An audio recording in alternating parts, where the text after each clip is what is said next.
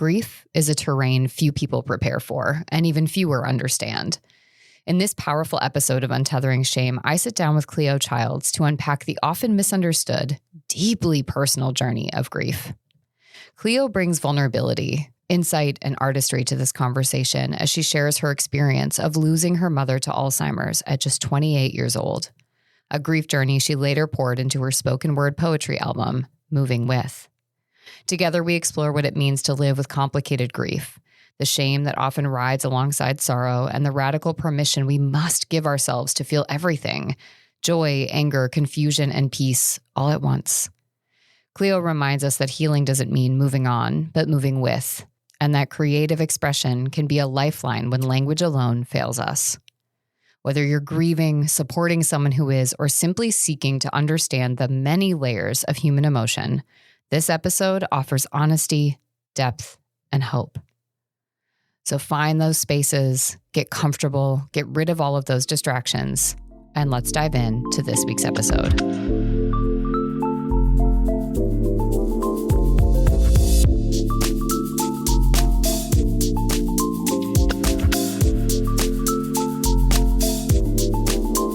Every time I start recording an episode, I notice that I gravitate towards telling people how excited I am. And there's this kind of joy that comes up every time I start an interview. And I feel like there's always this weird feeling when we're talking about these really big, heavy topics to also say that I'm excited to talk about them. And I feel like today is no different. And I'm even more excited because I know that we're going to be talking about so many of the beautiful layers of grief that are often misconceptions. And so Cleo, I'm just so excited that you're here with us today and that we get to dive into this and start dissecting and exploring together, and for your vulnerability in the process. I'm happy to be here. I love deep conversations. Those are my favorite ones. So it is an absolute joy and a pleasure. Like, I've been looking forward to this all day. I'm like, I get to go and talk about a deep conversation. Yeah. But I'm also, I'm weird like that. And before I start, you call me Cleo. Yes. That is a pen name. My name is Reese. My legal name is Reese, the one that was given to me by my mother. That is one I most likely might call myself if I get into a conversation where I get really enraptured with it, which is what I'm expecting it to be, because I love conversations like these. If I accidentally call myself Reese, that is also me. I'm referring to myself. Yes. So just as a disclaimer, like an asterisk at the beginning of this, where I'm like, I am both Reese. I contain multitudes, Walt Whitman taught me, including Reese and Cleo.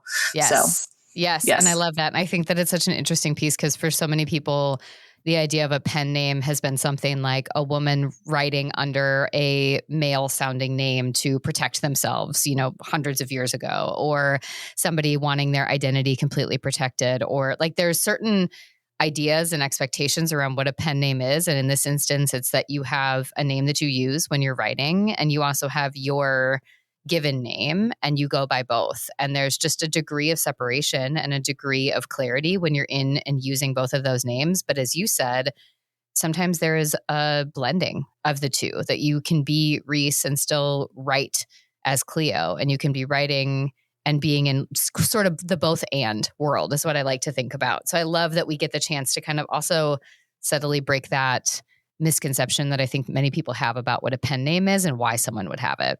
I'll be honest, the reason why I have it, I wish it was really cool. I wish I was to be like, oh, it was a philosophical reason. It's not philosophical at all. It's incredibly rational, which is my last name is Zahner, which no one knows how to say or spell. Mm-hmm. If no one told me how to actually spell my name, I would have no idea how to spell it. And my background is in marketing. And I knew that I needed to make a name that was Googleable. Yeah. Or at least able to say and spell and remember it.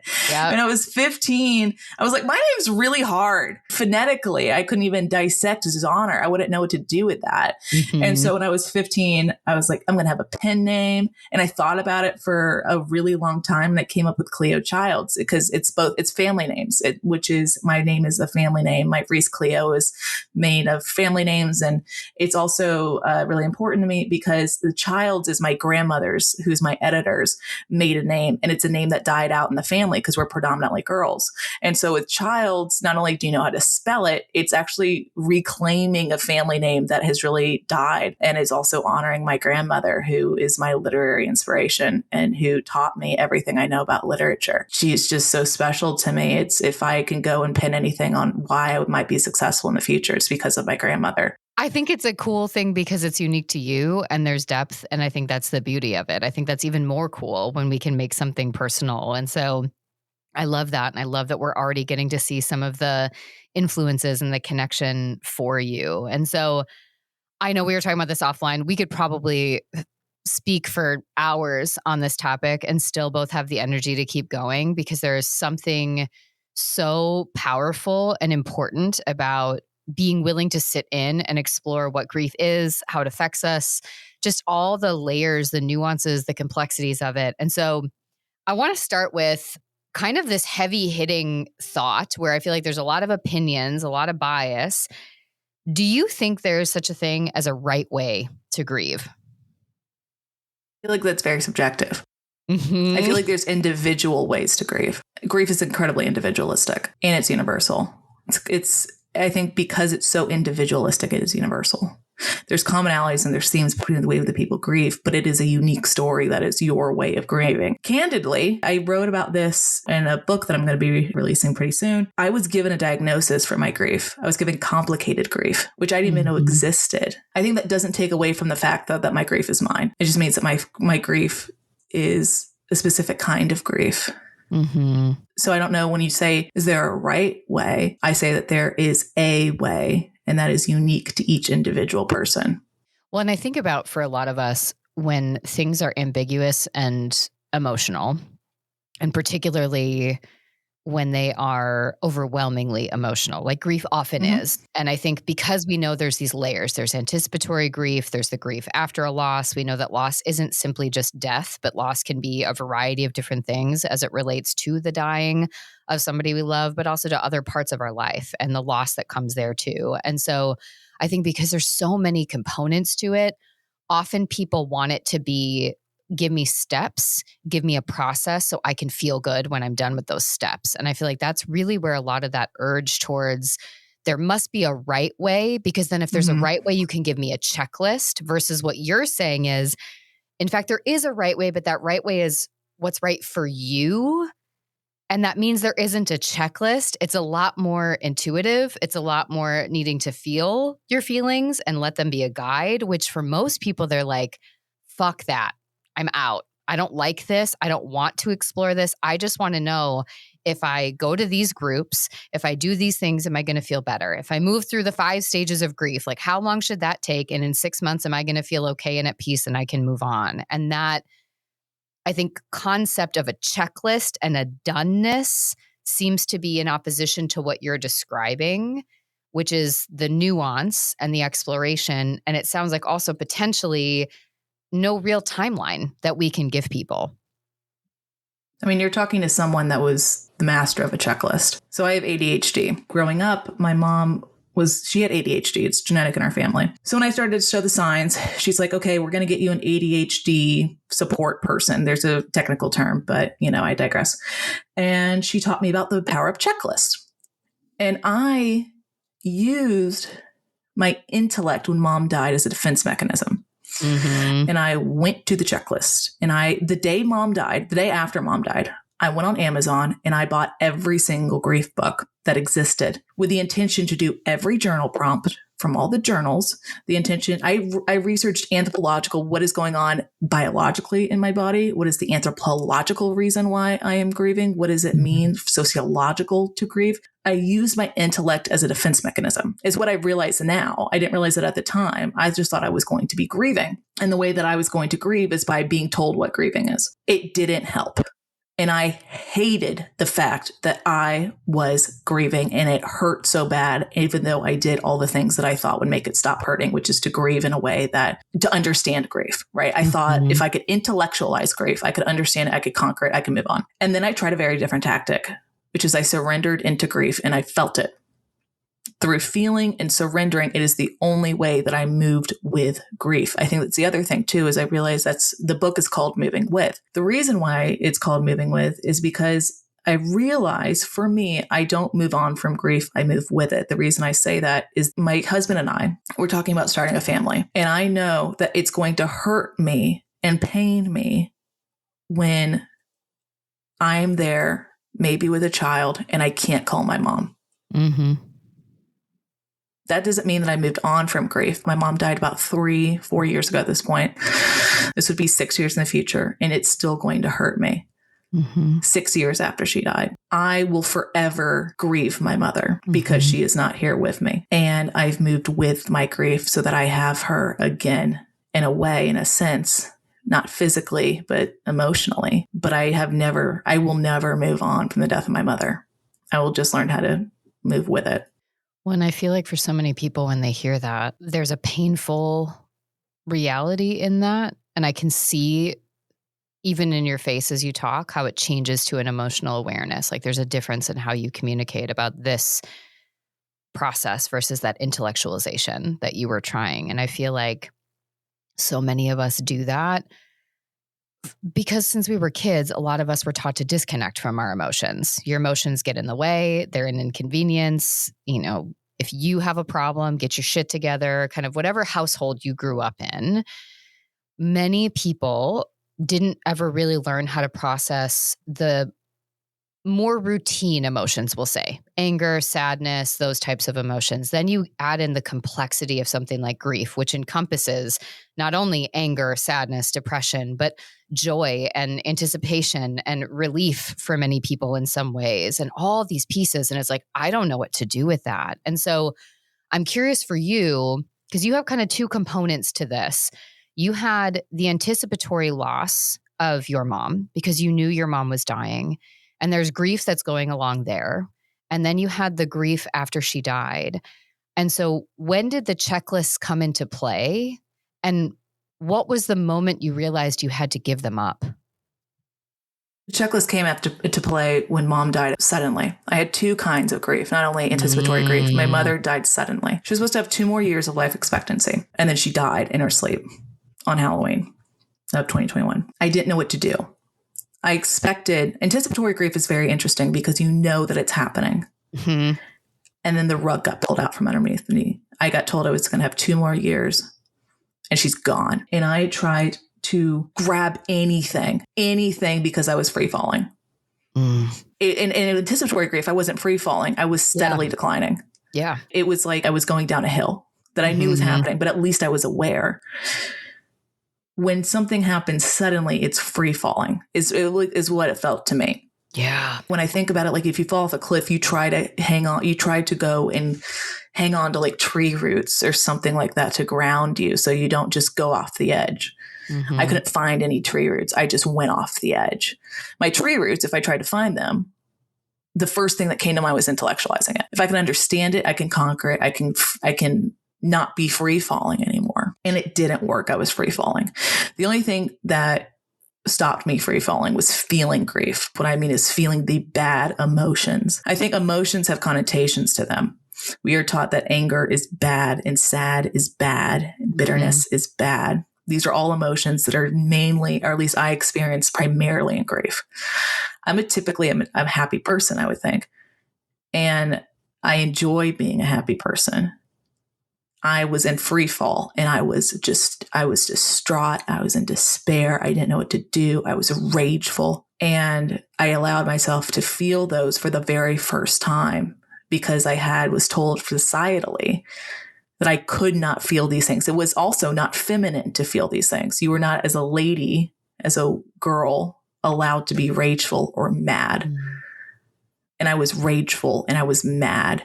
It's such a pure emotion.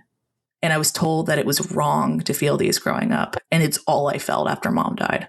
And what do you think for you? I mean, you're really alluding to this idea. I think that idea of, is there a right way to grieve, is we're fed messages, whether those messages are about our emotions being good or bad, your emotions being productive or unproductive, whatever that might be, but also this idea of what's grief supposed to look like and when is it supposed to happen? Even ideas of a timeline. You were not expecting to lose your mom so young. We grow up believing that everyone's going to live. Like, we know on a distantly conscious level that there are people that die at all ages. We're aware of it, but the sort of storyline that we've internalized is we're going to live these long lives and our parents are going to be involved, or our caregivers, whoever those adult figures are, they're going to be in our life for a long period of time. And so you have all of those stories, along with the stories about what you're supposed to feel, and along with the pressure that grief is supposed to be and look a certain way. And then all of those stories are disrupted for you in one fell swoop.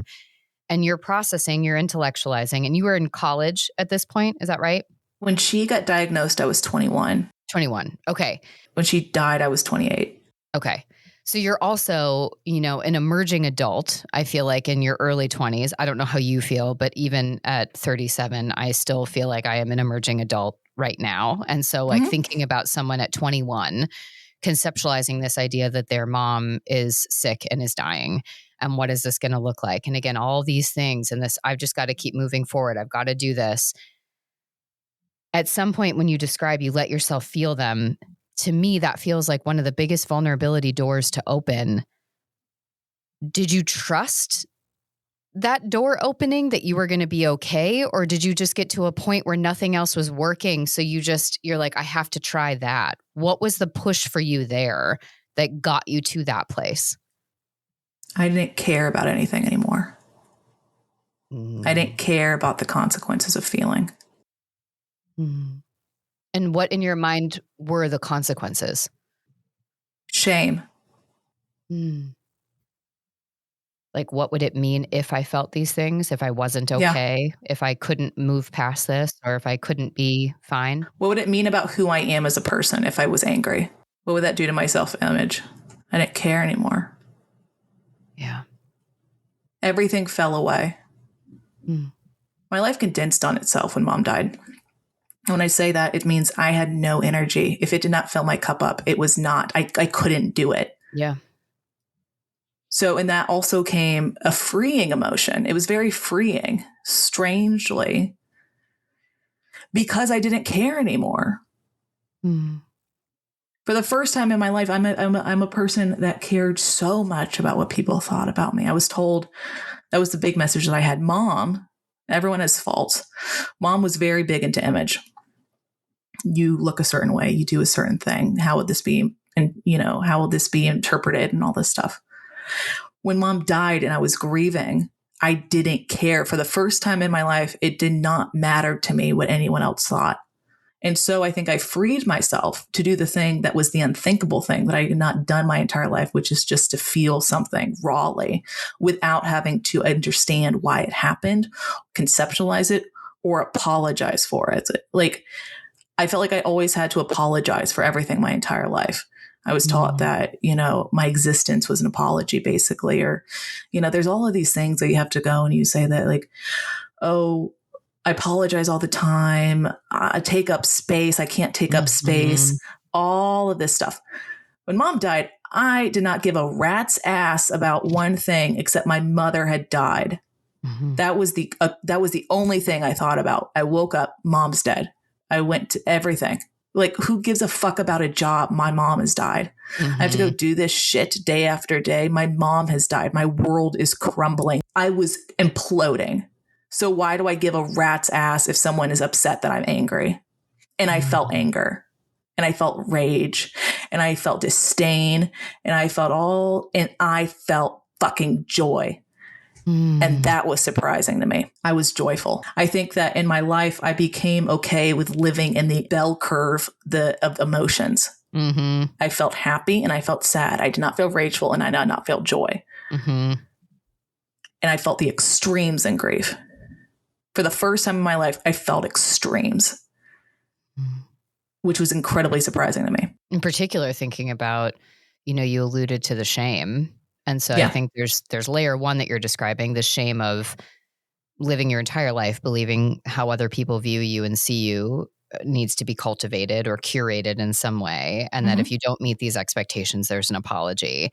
And so for you then, from a grief perspective, I think so many of us come into play. I mean, I've heard this from countless people where they've suffered a major loss and they're apologizing to other people for their big emotion, or their inability to, want to go out for lunch because they don't fucking want to talk to anybody right now. And they're constantly apologizing or feeling the need to take care of other people's reaction to them and their loss. And so there's a lot of shame, I think, that comes into that.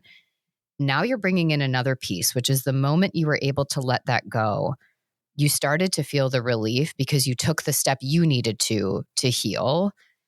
But then you noticed the emotional expression and your connection to these emotions, and you started swinging. And I could imagine there's a layer of either questioning or uncertainty or shame that comes up if you're also feeling joy, when the other expectation is, well, okay, fine, you're going to feel all your feelings, but they should all be negative. They should all be bad. They should all be painful because your mom died. So if you're going to swing, you better swing there because that's what makes sense. But now you're saying, I actually am swinging all over, and I felt more than just those feelings. And that's surprising. And so tell me about the shame that came up for you there and kind of how you made sense of the joy. I wanted it to break me. It felt disrespectful if I was joyful. Anything other than being negative felt disrespectful to my mother's death. And there was shame in the disrespect. So would you try to shovel down the joy or those feelings when you would feel them and try to just be this way, sort of again, ascribing to a notion of how you have to be? Or did you allow them to exist? I judged myself for them. I hated myself for them. I said, how could you do this? Your mother has died. Your mother has died. How could you have a good day? You're feeling happy right now. Your mother has died. It became an if then or an and statement. You can't do that. I'm happy and my mother has died. It's not I'm happy, period. I'm happy and my mother has died. This is bad. I lived in a system where everything was predicated on the fact that my mother has died. Every decision I made was because or in reaction to my mother dying. Every emotion I felt was because or in reaction to my mother dying. And when I felt something that was outside of that system, when I felt something that was personal to me, I judged myself because of it, because I thought this is in contrast to my mother dying. And I think that's maybe why I got diagnosed with complicated grief, because someone was like, it's not healthy. And then I became angry at my diagnosis because I was like, which I totally probably, I get it. Like I probably, like, if you look at the steps, like someone probably correctly diagnosed me with what the complicated grief is. And I'm not discounting diagnoses. And I'm not saying that. And I'm just saying, I was like, fuck, I can't even grieve properly. Yeah. Like I can't even have like a goddamn grieving where I don't have a fucking diagnosis. Right. I'm like, God damn it. So, and then I became mad at myself for not grieving properly, which became like this self kind of like circle of just shame and judgment. And I think not the only way, I think there's two things that got me out of that. If I can really pinpoint, how did I get out of my shame and circle? One is time. Two is art, writing, because I felt proud of something for the first time. I also had an outlet. So I have a little green journal, and I wrote in it for me. The only thing I did was I wrote for me.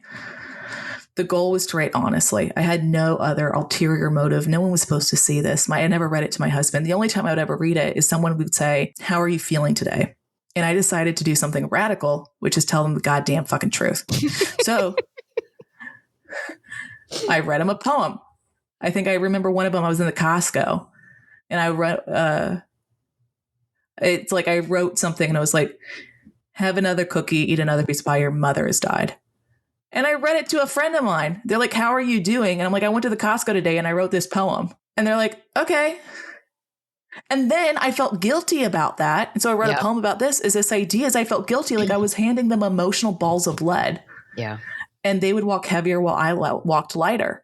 And then I realized eventually, well, they're opting into this. If they ask me, how are you? Okay, I'm going to give you an answer. I'm not going to go and say I'm fine. I'm not, because I'm not fine. Not only that, but like I didn't care anymore. That goes back to like this point of like not caring anymore.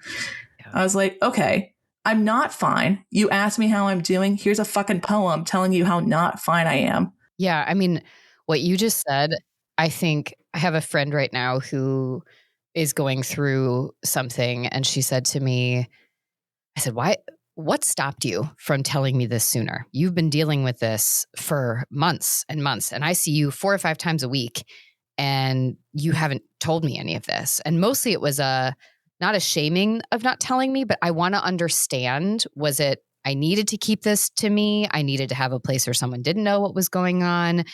And her response ultimately being, I don't know if she's been told this or if she believes this, that she emotionally dumps and maybe she's going to emotionally dump on me and then I'm not going to be able to handle it. And I was like, well, one, I respect that you've probably had this experience because I know that feeling when you share something and someone is looking at you and you can't tell, like you can't make sense of what they're thinking or feeling, but you feel judged and you feel a sense of regret that you shared it out loud. And now you feel like you're the problem when you were just being honest. So I know that feeling.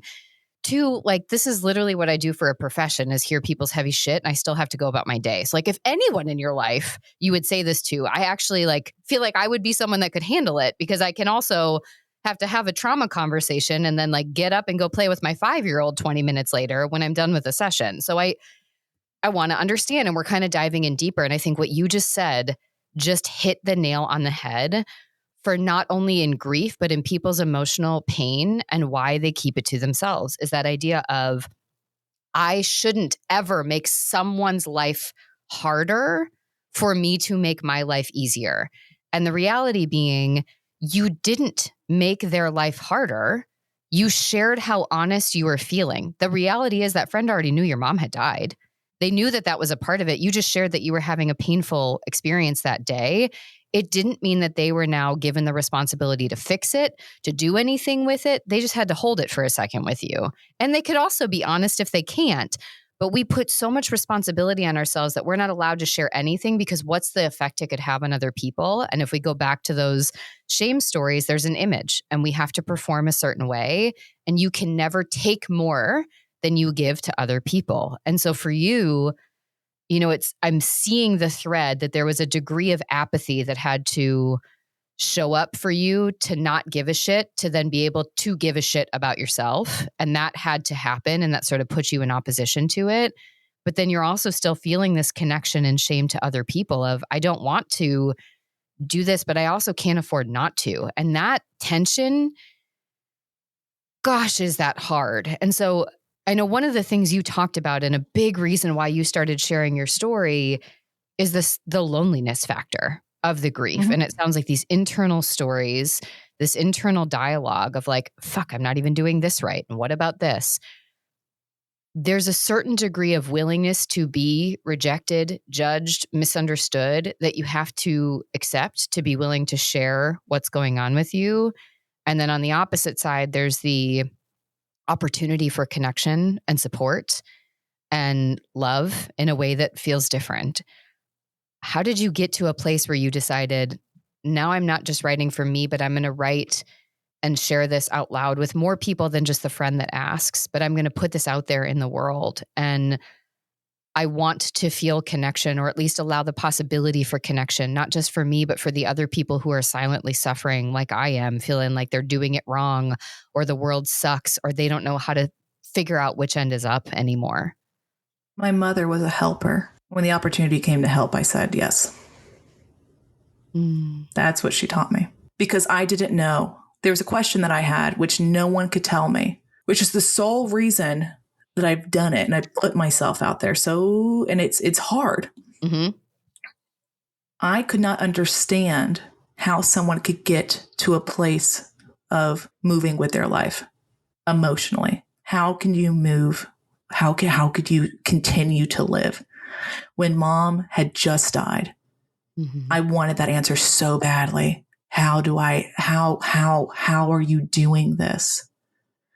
And I could look to no one. I found, except for one thing, which is Stephen Colbert did a conversation with Anderson Cooper after Anderson Cooper's mom had died. And Stephen Colbert sat with him and explained grief.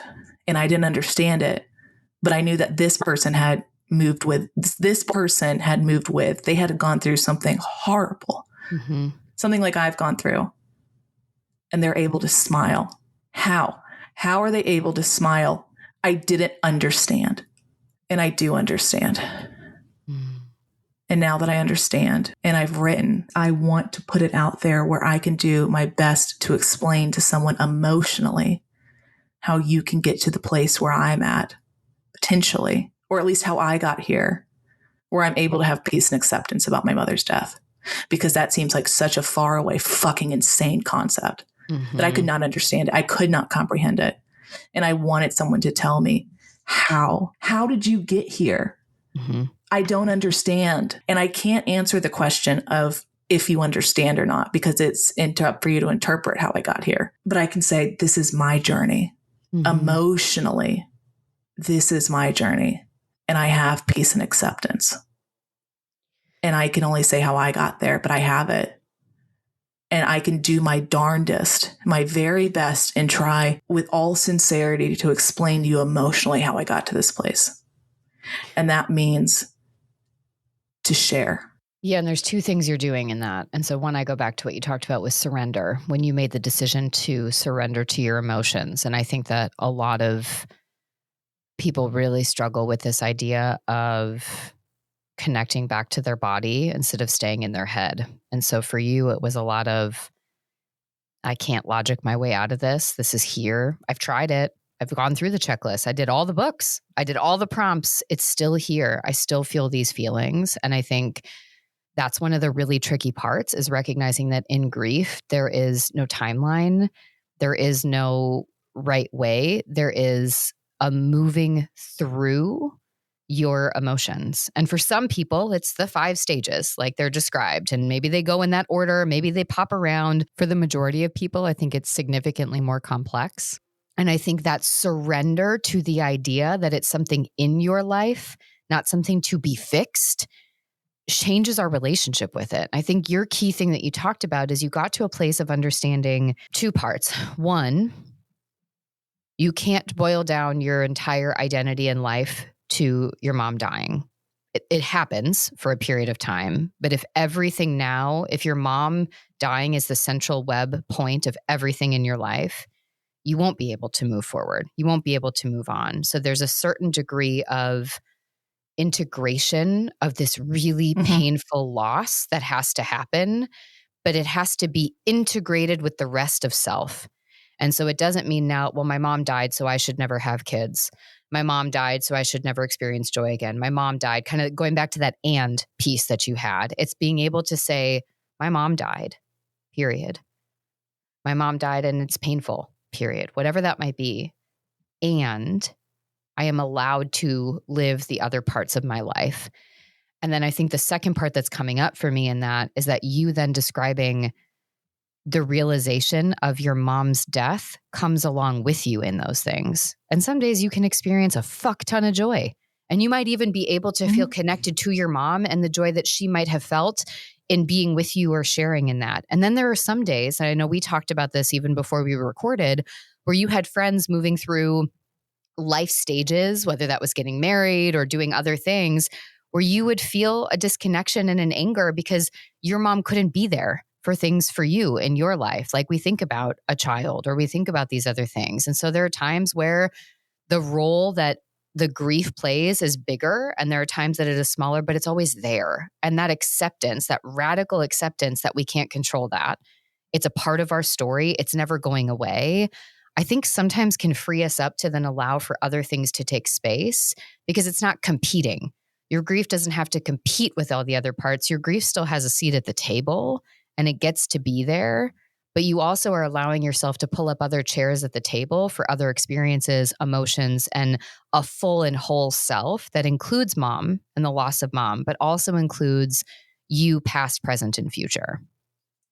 There's something that I wrote early on when I was still in grief, which is my synthesis of grief, my synthesis of how I have peace and acceptance. It's very simple. I wrote it very early on. It doesn't make it easy, but there's no moving on. There's just moving with, I remember what was, I accept what is. And I would come back to that. I remember what was, I accept what is. the acceptance of the remembering Mm-hmm. and the acceptance of what is. It is the acceptance of reality. And it's also the acceptance that I had her and I don't now. And I think that once I had accepted that fundamental truth, it allowed me to allow myself to say, what else do I have? I have friends. I can have joy. I have sadness.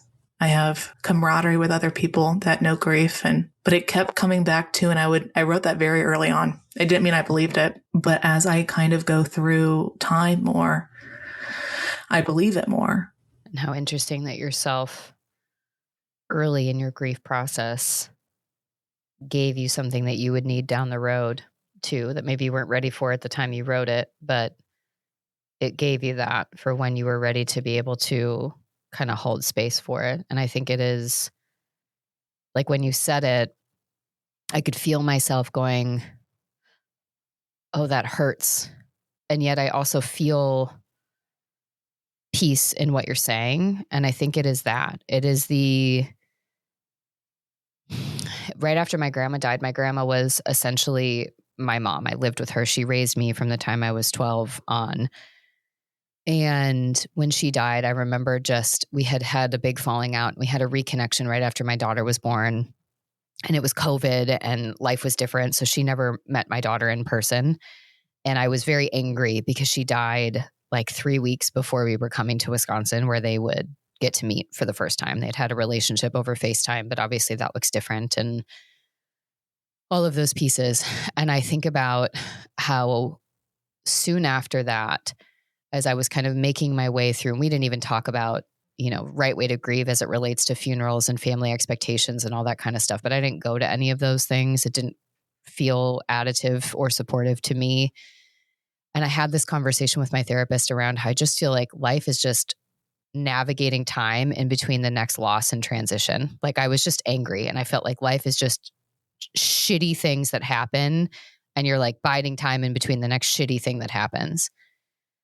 And she and I just talked a lot about how that in the moment, that was going to be my focus. Over time, what you see that the transitions point is what it is, that life is really just a constant series of transitions and evolutions of growing, of losing, of evolving.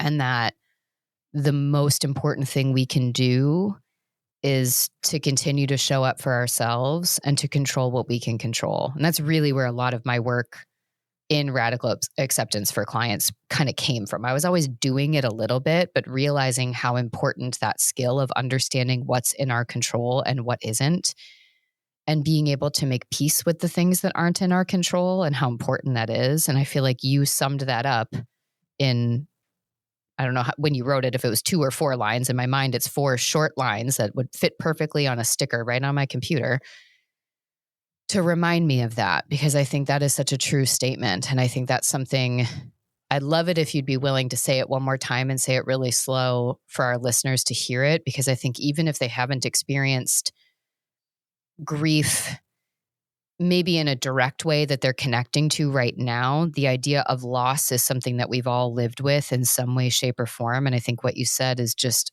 something that we could each carry with us. There's no moving on. There's just moving with. I remember what was. I accept what is. I know that we are kind of closing in on time. And so I'm really curious. A lot of the times I like to ask people to think about what would you want listeners to take with them, or kind of what's your takeaway. But I want to imagine, because you talked about one of the parts you've really done is this integration and this understanding that your grief, again, you're moving with it. You're not solving it. It's not going away. So I want you to imagine you when you talked about maybe 3 years from now, or even if it's 6 months from now, when you're having a time where maybe your anger, your sadness feels bigger, you feel stuck in a different way, or you feel wronged in a different way. When that comes up again and you feel that pull to disconnect, to retreat, to intellectualize, whatever those defenses are to try to help you not feel, what do you want to tell yourself in those moments so that you can continue to move with your grief and allow the full experience of your life well beyond the bell curve? I think if you asked me that 3 or 4 years ago, I would tell you something what I think. What I say now is I feel grace for myself. And by grace, what I mean is that I'm going through something incredibly hard. And so I allow myself to feel grace for that. And I allow myself to feel grace for the fact that it is hard and I maybe am not operating in the best way, the optimal way that I want to, and I'm not doing everything exactly right, And I give myself grace for that. And so I feel grace for myself. I like that you changed that from a think to a feel, which again, I think just really highlights what you're calling out, which is the importance for all of us to reconnect to or potentially connect for the first time to our bodies and to learn the role of our emotions and how they are working for us and what it looks like to integrate our head with our body a bit more and to allow the space for that. I don't even know. Admire feels like the wrong word, but maybe we'll go with that. I admire your willingness to step into vulnerability. I think that there's such a risk associated with allowing ourselves first to just even admit we have pain. I think that's step number one that many people do their best to avoid. I'm fine. Look at me. Again, that intellectualization. And then not only to admit it, but then for you to make the decision to share it, which again, we can see now can build support and connection. It helps you explore your answers of why and how and if and when, but it also gives other people a space to explore that too. It still is a really big risk that you took for yourself, and that's hard. And it's hard to do that when you already feel like you've lost so much in your grief. And I know now that you've taken this to another step and you've put together your work and you've expanded it and you have a book that's going to be coming out. And I'm so excited for listeners to be able to access this because I know just from the feedback you've gotten so far and what you're able to see with it, this is something that people are saying can help them not feel that sense of free fall. Or maybe if they do, maybe they're free falling and someone's holding their hand a little bit while they're doing it. And so I'm curious if you can tell people a little bit more about your book and where they can go to find more information and also just how they can connect with you if they're interested in following your work, reaching out to you in any way and what that would look like. Yes. Before I get to that, though, I had a thought that I wanted to bring up is I changed the what I want out of life. I wanted a happy life. I don't want a happy life. My goal at the end of my life is to be the most human that I can be. My goal is to be human. I want to be human. And that means opening myself up to what it means to be human. That is my goal. My goal is to be the most human I can be. Where you can get the book, we're going to be putting it out on all the normal platforms and things like that. But you can come and find me at cleochilds.com. I have pictures of my mom up there, and I'll have links to where the book is. If you want to go listen to the album that I put out, you can be able to go there. It was not going to be the same. I've edited and kind of, as I've gone through and changed some words, but it's still there that you can go listen to it. And there's a message site. So if you want to come and message me, but also if you don't, it's just as much as you want to kind of engage. I'm really excited for the book to come out. I'm really proud of it. I wrote it for me, but I always write everything for me first because it's mine. And then I allow it to be shared with others. And I'm very excited to share it with others. The work that I've done, I'm very proud of it. And so I hope it is meaningful. I can't control if it is. I can't control if it's anything. It's meaningful to me. And maybe it can be meaningful to someone else. And that is my hope. I love that. I feel like what you just highlighted, I remember when I first was going through the Al-Anon program, and one of the things people talked about is, I would say, I want my mom to get sober. I want these things to happen. And like, she can't get sober for you. People have to make the choices for their own healing and then share. And then hopefully it has a ripple effect. And I feel like I've learned how true that statement is when it comes to any part of our healing and any part of our art and what we create is we need to do the things that help us feel whole and complete, and then share that with the world. And that's the most authentic piece, because you don't get lost in the trying to be something for everyone else, which is, again, going back to that shame story many of us had in the beginning. You are giving yourself that gift of grace and exploration, and then sharing that gift with the world, and not putting any idea about whether it's good or bad based on how it affects other people, but the fact that you decided to put yourself out there, and that inherently is the success, is that decision.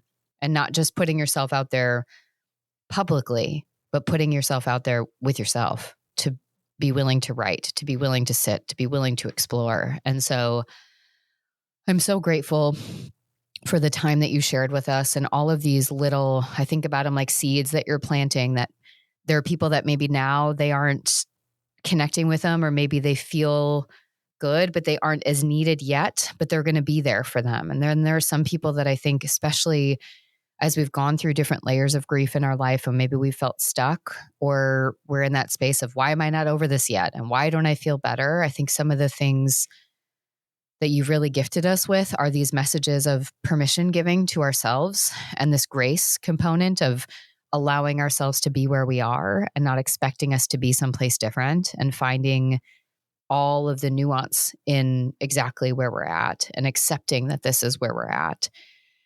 Before we wrap for today, was there any final pieces that you want to say so that you can feel complete, or that you want to leave with our listeners? I think it's a joy to be human. I'm so grateful to be able to experience humanity in all of its forms now. I didn't have that before Mom died. I think that is the joy that I have now, though, is I realize that there's joy in being human in all of its forms and fashions. And I would not give back my gratitude for what it means to be human for anything in the whole world.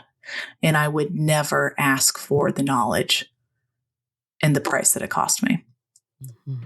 I can hold two things at once, two truths at one time. I learned how to do that in grief. That has changed my life, is holding two truths at once and realizing that they're both valid. They don't have to contradict each other. They can both be valid and be seemingly contradictory. And they're not. They're just both valid. Oh, listeners, I want you to, if you can, take a moment as we wrap up this episode and just be with your body, with your thoughts, all aspects of it. What are you thinking? What are you feeling? What's your body telling you? Where'd you feel uncomfortable? Where'd you feel at peace in this conversation? I think there's such a beauty in just allowing yourself to notice what came up as we're talking about something that so many of us have this, I want to know more about, and I'm so scared and resistant to it. And so what can you give yourself right now by giving yourself a few moments to just be in all of those feelings? I will make sure to have links to Clea's website to make sure that you can look out for the book, check out the album, get in touch in any way, again, using that messaging center, however you want to connect. And remember, this resource is always here. So even if it's not something you feel like you're connecting to right now, bookmark this episode, bookmark her website so that you have this information available to you so that you can come back to it when and if you need it, and sharing it with other people.